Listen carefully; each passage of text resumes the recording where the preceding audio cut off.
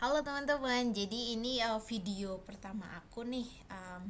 Jadi videoku tuh nanti bakal menjelaskan atau sharing tutorial nih penggunaan Microsoft Excel di dunia kerja terutama. Ini benar-benar pure, nanti aku bakal cerita dan sharing berdasarkan pengalaman aku. Aku tuh dulu dari fresh graduate, terus aku langsung kerja di startup company yang dimana dia adalah tech based dan mereka heavily relied on data. Jadi aku bakal pakai Microsoft Excel itu kayak hampir tiap hari, sering-sering banget aku pakai Microsoft Excel, entah itu buat cuman tracking, reporting atau hal lain. Jadi itu aku bakal sharing mengenai pengalaman aku penggunaan Microsoft Excel di dunia kerja, terutama di tech base atau di startup company. Terus kalau sebenarnya waktu aku kerja itu nggak cuman pakai Microsoft Excel, kita juga pakai namanya Google Sheet. Itu adalah salah satu produknya Google. Itu fungsi dan bentuknya itu kurang lebih mirip dengan Microsoft Excel, tapi dia cloud based. Meaning that dia harus diakses menggunakan internet, dan lebih convenientnya adalah kalau di Google Sheet itu kita bisa share file tersebut ke orang lain. Jadi ketika ada seseorang yang edit, entah itu pun aku atau yang lain edit, itu akan real time, jadi semua akan kelihatan. Jadi lebih cocok untuk tracking ya, yang membutuhkan kolaborasi tim lain. Tapi memang kedua jenis produk itu, Google Sheet dan Microsoft Excel, itu ada pro dan kontranya. Nanti mungkin aku akan jelasin di video-videoku yang lain. Untuk project ini cocoknya pakai apa, project ini pakai apa, untuk fungsi ini lebih mudah pakai yang apa, itu nanti aku bakal jelasin. Nah, terus untuk fungsinya Microsoft Excel atau Google Sheet di dunia kerja itu untuk apa sih sebenarnya? Itu banyak banget. I can say that's a lot. Kayak banyak banget. Yang pertama dari reporting. Reporting itu bisa kayak in regular basis, in a monthly, in a weekly basis, atau bahkan reporting yang di tiap hari. Yang kedua, untuk reporting untuk special project atau ad hoc analysis. Jadi untuk analisis mendalam mengenai suatu project atau untuk hal lain. Mungkin kalau kalian dulu skripsi ya, kayak dulu skripsi aku tuh juga ada beberapa chart dan data pengolahan pakai Microsoft Excel gitu. Terus juga kalau Microsoft Excel tuh dia punya makro Excel, jadi kalau memang perusahaan kalian butuh itu bisa banget. Dan kalau di Google Sheet nih, berdasarkan pengalaman itu aku, karena dia cloud based, itu bisa dihubungkan ke berbagai platform untuk tracking, pakai Google Form misalnya untuk track response, kemudian bisa dikonekkan ke CRM base kalian kalau punya untuk generate report. Dan banyak sih di Google Sheet itu bisa dikonekkan dengan Slack buat mail merge, banyak banget fiturnya, nanti bakal aku jelasin di sesi yang selanjutnya.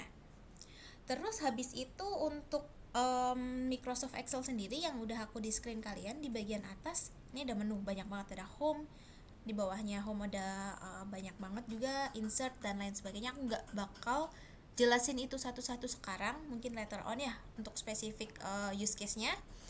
Terus di bawahnya ini yang kotak-kotak kita sebutnya adalah working area. Di sini working area. Jadi kalian kalau ada angka-angka mau dimasukin di sini. Ini kita kotak-kotak kecil kita sebutnya cell, dan di bagian atas yang A, B, C, D, E, F, G dan seterusnya ini kita sebutnya kolom. Jadi kolom ini yang vertikal, dan di bagian kiri yang 1 2 3 ini kita sebutnya row atau baris. Gitu. Jadi cell itu ada lokasinya. Jadi contohnya misalnya nih, yang sering banget nih, aku lagi diskusi sama teman aku, meeting, terus bilang, ayo coba cek deh kamu di formula di sel H7, kayaknya kamu ada yang salah. Jadi H7, H itu menunjukkan kolom, 7 itu row. Ini jadi H7 gitu dan seterusnya. Jadi ini biasanya buat diskusi sih kalau yang dipakai kayak gitu. Kemudian terus di bagian bawah ini kita ada sheet 1. Kalau di sebelahnya ada tombol plus, kita klik new sheet, ada sheet 2 dan seterusnya. Ini kayak kalau di Microsoft Word mungkin kayak halaman ya, tapi ini di Microsoft Excel kita sebutnya sheet. Nanti kalau di Google Sheet itu kita sebutnya tab gitu. Jadi termsnya mungkin agak beda, tapi mungkin fungsinya sama ya, kayak halaman yang berbeda gitulah ya. Terus habis itu satu lagi kita ada range. Range itu adalah area dari beberapa sel. Jadi kita blok misalnya ini kita sebut satu range. Range yang ditampilkan ini adalah range D2 sampai J17. Kalau seperti ini adalah range C4 sampai C15. Jadi range itu kumpulan dari berbagai sel atau area gitu ya. Ini biasanya nanti bakal dipakai ketika pakai formulasi, nanti bakal dipakai gitu. Terus contoh lagi nih, ini shortcut sih, shortcut yang mungkin kalian bakal sering lihat kalau aku lagi tutorial video. Aku kasih contoh, misalnya nih ada data kurang lebih aku blok yang lumayan banyak, ada 52. Kita go up. Kalau kalian mau blok data ini satu sampai yang paling bawah, kalau kalian manual, dulu cara aku manual dan dengan klik di blok pakai scroll mouse turun lama banget. Nah, ini ada shortcutnya, ada cara cepatnya, adalah dengan klik di bagian awalnya, kemudian Ctrl, Shift, kemudian panah ke bawah. Tara, jadi keblok semuanya. Aku ulang ya, jadi Ctrl, Shift ke bawah, kayak gitu. Dan ini juga bisa berlaku buat di arah lainnya. Arah kanan atau kiri itu semua bisa. Jadi contohnya aku kasih ini banyak ke kanan.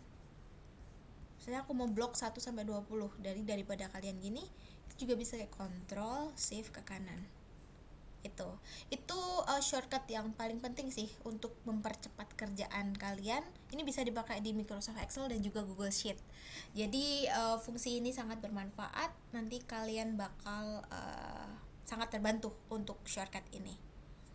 Oke, I think that's all buat introductionnya di video ini. Jangan lupa subscribe, like, dan juga komen nih kalau kalian ada pertanyaan atau kalian mau request, ayo tolong dong tutorial pakai fitur ini nih, boleh banget. Nanti aku bakal cek komen kalian dan aku bakal tambahin di videoku selanjutnya. Thank you guys.